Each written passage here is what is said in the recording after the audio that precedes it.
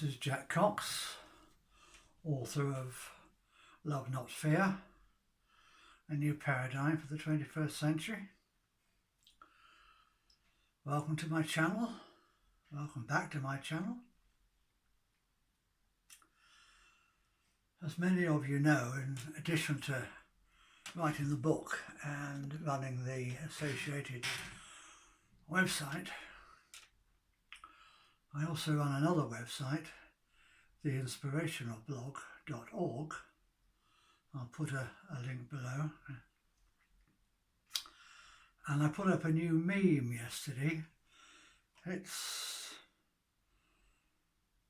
quite a simple one. It's from David Thoreau. The mass of men lead lives of quiet desperation. I'm sure most of you have heard that one.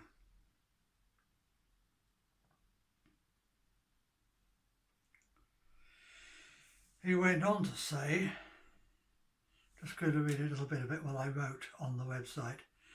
He went on to say that even our games and sports are games of desperation, with no play or fun left in them. Excuse me. Then he adds, but it is the characteristic of wisdom not to do desperate things. So why do we lead lives of quiet desperation? Is it inevitable? Or is there something we could be doing differently that would change things?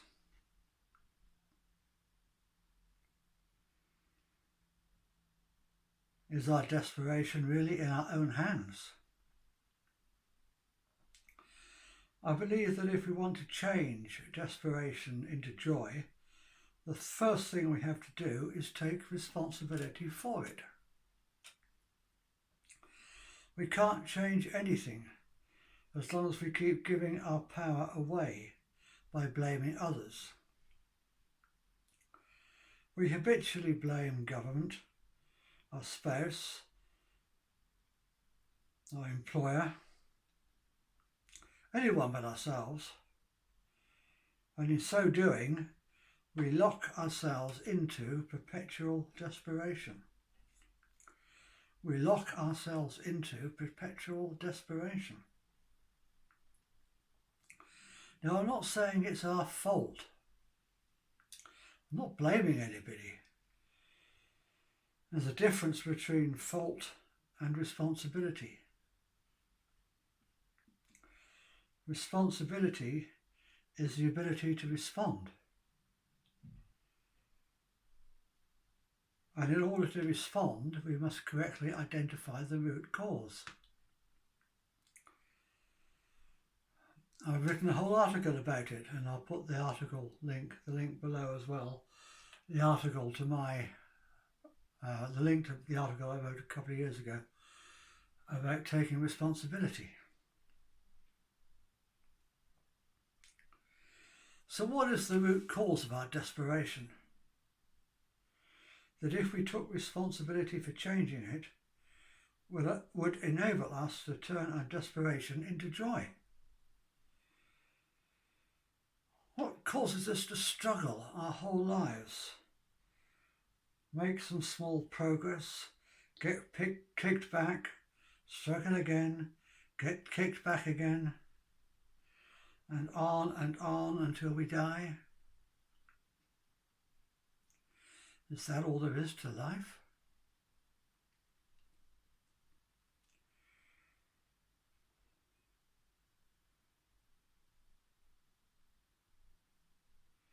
Some people just say, yeah, well, that's the way life is. But don't you want to know why that's the way life is? Surely if we knew why, we could change it. Aren't you just a little bit curious? Well, I was curious for a long time, which is why I thought deeply and studied deeply about all this and came up with the solutions that I come up with in my book, Love Not Fear. Well, I believe we were born into a game we did not devise. Well, the rules are stacked against us. We could never win this game. The longer we try, the longer we will remain trapped into our lives of quiet desperation. But we can refuse to go on playing the game and devise a fairer one. And I wrote a whole article about that on the website called A Game We Did Not Devise, and I'll put a link below about that. So what is this game we did not devise? That's really what I want to talk to you about today, and how we can stop playing it and how we can devise a fairer one. When we were born, when we came out of our mother's womb, we just took it all for granted. We spent the next few years, 7 years they say, don't they, just soaking it all up before we were even able to begin to start thinking critically. So we think it's normal. It's like a fish in water, you know, it's normal, the water's normal. Yeah, but is it? The game we were taught at school, we had to do well. Yes, that's good. We had to get good marks. Yeah, that's good. But then they entered an element of fear. If you don't get good marks, or what the Americans would call good grades, you won't be able to get a good job. You won't be able to earn a good living. You won't be able to find a nice spouse and live in a nice house. Fear, fear, fear. And then it became competitive. It wasn't what percentage you got, it was what a position in the class you got. Did you come first? Did you come second? I remember there was a boy in my grammar school in the same class as me, Canadian kid, David Thoreau. And in the important subjects, we always used to come first, one of us. And the other always used to come second, and it was always this rival, which one was going to come first, which one was going to come second. So we started to believe that that was normal. And those who couldn't compete were doomed to fail. And there's a great fear.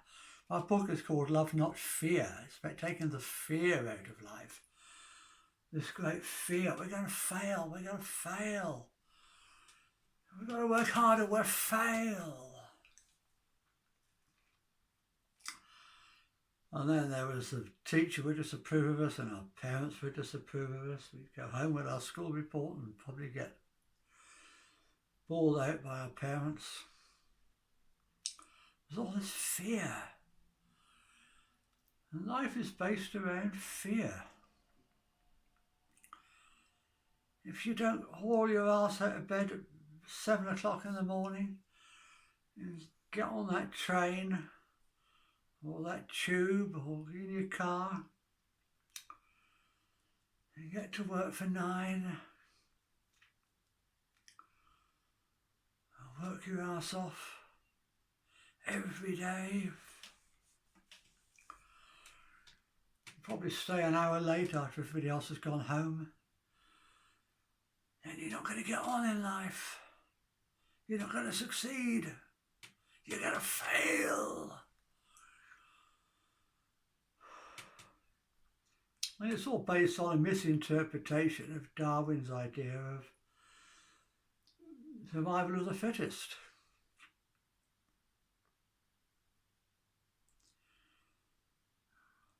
The survival of the fittest in our society, rather than in the natural world, actually meant anything, well, you wouldn't have housing benefit and child benefit and all these benefits, welfare benefits, to pay people who are failing to breed, but we do. So, and they've been more than the successful people very often. It's all paid for by the state.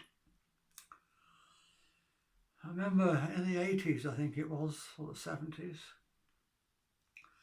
there was a big push of young girls all trying to get pregnant and then run off and not even tell the boyfriends that they were pregnant, and then they could bring up this child as a what did we used to call it in those days? A single mother, I don't know what it was called, or whatever it's called now. An unmarried mother, that's what we used to call them. Single parents now, aren't they, in this PC gone mad world. And they did that because they get more welfare benefits that way. They don't have to go out to work again. Their job was to look after the kid. And in a world of high unemployment, that made a lot of sense. So we were disincentivising success in real life at the same time that we were teaching all this competitive survival of the fittest stuff in school and university. Not saying we shouldn't help people, I'm just pointing out the dichotomy, the lack of joined up thinking in policy.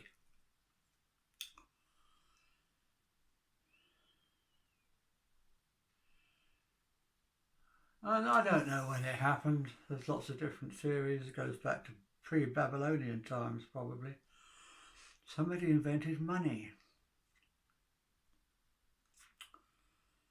Before then we had barter. We had a system where if you had too many eggs and you didn't have enough carrots, you could swap with the next farmer some carrots for some eggs. Yeah, it makes sense, but apart from the fact it became this mindset got in there that what you give has to be equal to what you get.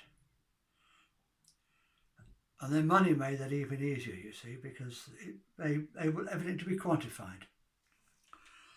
And this great meanness came into human life. I mean, why can't you just give some of your spare eggs away and give some of your spare carrots away, not necessarily to the same people? And they'll give away what they've got spare to somebody else, and they'll give away what he's got spare to somebody else, and she'll give away what she's got spare to somebody else, and it goes around and it goes around and it goes around and it comes back.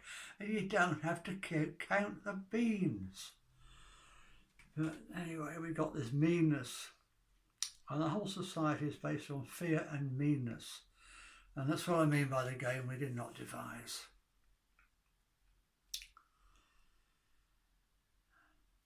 And it's also based on divide and conquer, divide and rule. The ruling class, which is now the political class in our pseudo-democracies,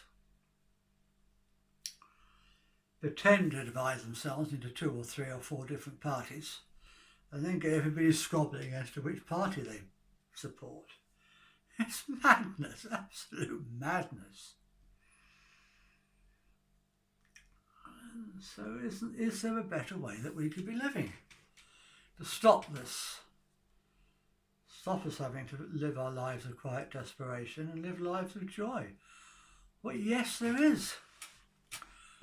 Instead of all this competition, help each other to thrive. Freely give, freely receive, and help each other to thrive, instead of trying to thrive at each other's expense. Instead of how much can I get for this, how little can I give for this mentality, turn it on its head. How much can I give? How little can I ask? And we'll all thrive, and we'll all live in paradise, and we'll all live in joy. But we can't do that until we realise that this game we did not devise, that we were born into, is not inevitable. We can change it. We don't need to ask anyone's permission to change it. We don't need to ask the government. The government doesn't have to pass a law. I mean, they're never going to pass a law to help us, are they?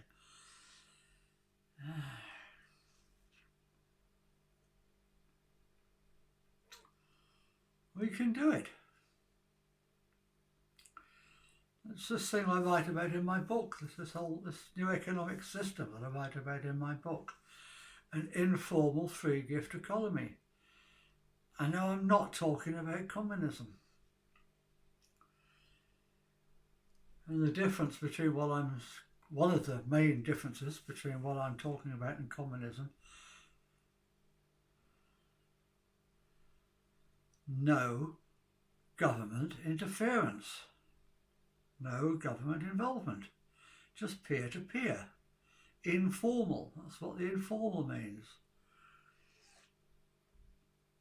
If you've got something spare, give it away. Don't ask for anything in return. So don't pay me back. Pay it forward by helping somebody else. It's not a new idea. Pay it forward came out, I think, in the 80s. But it never really caught on. We've got to make it catch on. So if you're interested in this, buy the book. Or get a free, if you don't want to buy the book, get a free download of the book. Here, I'm starting now. I'm giving you the book. Go to my website, there's a link below, you can get a free download. But if you want a paperback version from Amazon, then you're going to have to pay them to print it, I'm afraid. I don't own Amazon. But yeah, as far as I'm concerned, you can have a free book. I talk about how we can use websites like FreeCycle to give stuff away. The websites exist for giving stuff away, but they're really about giving away second-hand stuff, used stuff you don't need anymore. But it's a great start. Why don't we start making stuff to give away on FreeCycle? And there's another one, isn't there? Street Bank.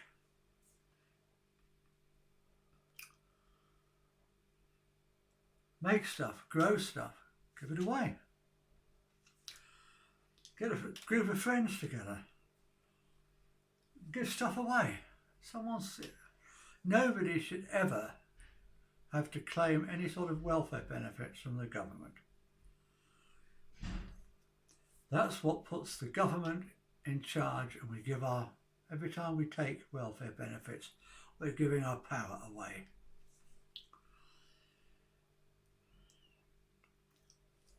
If our friends and neighbours help us out when we're in trouble, we won't need to do that. If we all take responsibility for the 10 people closest to us,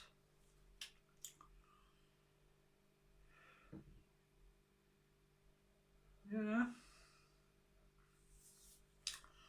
So get a copy of the book, read it, and please, please, please pass it on. Give people the link to the free book, or actually download the book and send it out as attachments. I don't mind.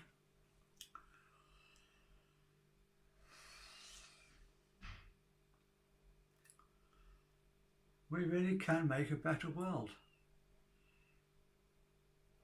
by taking responsibility to do so. Namaste.